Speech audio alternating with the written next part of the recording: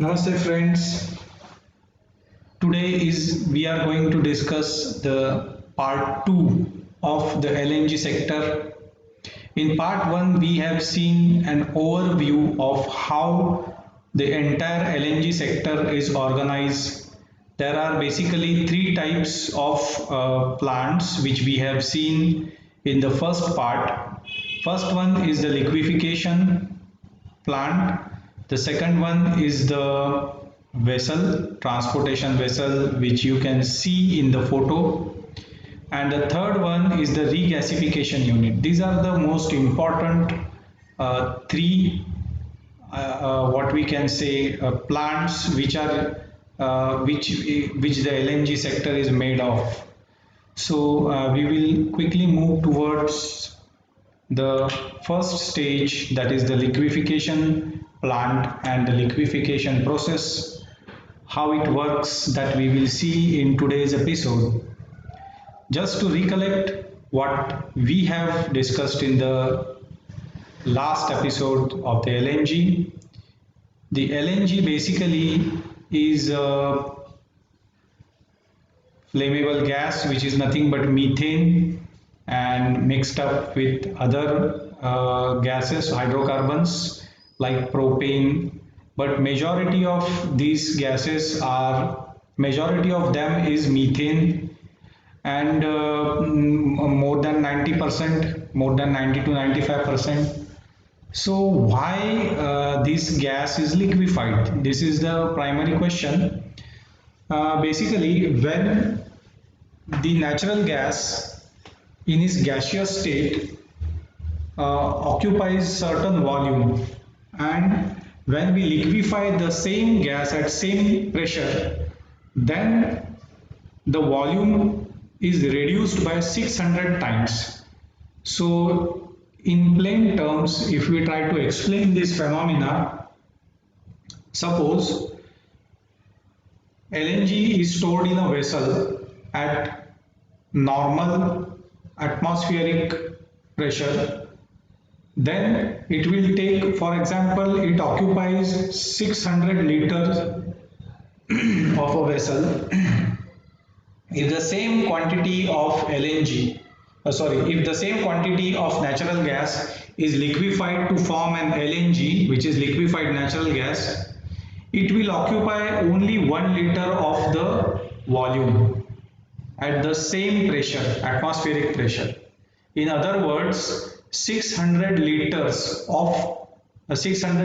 volume of LNG in gaseous state can be stored in 1 liter bottle if we liquefy it at the same pressure, which is the atmospheric pressure. So this is a great advantage, and it makes the transportation of LNG more convenient. And because of this, the natural gas is liquefied, and this is a big industry now. And as the years are passing, with the advent of new technologies in refrigeration, the cost of refrigerating and storing and transporting the LNG is day by day reducing because of the advance of new technology. So the LNG will be the most preferred choice for countries which are looking for other alternatives of fuel. So now we will see here in this diagram, in this slide, the first part is the liquefaction plant. Okay, and after the liquefaction plant, the liquid LNG is transferred to the LNG carrier. And what this LNG carrier does, this LNG carrier will carry the liquefied natural gas from one part of the world to the other part of the world where it is imported to the other country. Say from Dubai to or Iran to Japan. So it will cover several kilometers, and if we try to install several kilometers, means it will be around 15,000 from Iran to Japan. If there is maybe there are certain there cannot be a complete landmass. In between that there may be some sea also. So if we try to install a pipeline, it will be 100 times more costly, 100 times more costly, and also the maintenance of that pipeline will be a greater difficulty, and also the geopolitics of that region will also play a key role. So installing such massive length pipelines is not practical. So the LNG vessel, if we use the LNG vessel to transport this cargo, then it will be a huge amount of cost saving, and it is highly economical because of that. So the first stage is the liquefaction plant, then the LNG carrier. This LNG carrier is a specially designed vessel, and it is used for transportation of the LNG. Then the LNG carrier, when it is received at the receiving end, the country which utilizes this gas, so there we have a regas or import terminal. So at import terminal, whatever LNG that is inside the LNG carrier is unloaded to this terminal, and then it is regasified. That means the liquefied LNG is again transferred from liquid state to gaseous state, which is a methane, and then the same gas is compressed and then distributed in the grid, gas grid, where it is used for different purpose. It can be a power plant, or it can be for vehicles and so many other purpose. So the same way, here we can see a small scale liquefaction plant. This is a big scale liquefaction plant, small carriers and small terminals, same way. So now from this diagram itself, we can make out that the liquefaction plant is a starting point of the LNG life cycle. So now we will try to understand what this liquefaction plant is and how it works. So it is a very simple process. So let's move ahead and see how this process works. Okay, so before we proceed to this liquefaction process, we will try to understand some basic concepts. So we have came across the term cryogenic, but what this cryogenic term means? Cryogenic means any matter or any substance or any gas, I will be very specific, whose boiling point is below minus 150. So all these gases like helium, hydrogen, oxygen, etc., their boiling point is above 150. So of course, whatever material that is required to store this kind of gases who are having the boiling point below minus 150 degrees Celsius, they come under the cryogenic category. And the most important of this is the LNG, because LNG has a boiling temperature or liquefaction temperature of minus 163 degrees Celsius. Okay, so it liquefies at minus 163 degrees Celsius. So now how this takes place. So we will see this first. So this is the unit where we have, this is a refrigeration system entire. Okay, and this is the heat exchanger, where one fluid, which is the cooling fluid, is the refrigerant, and the other fluid that is being cooled, that is a natural gas, feed natural gas. So feed natural gas is what? So when we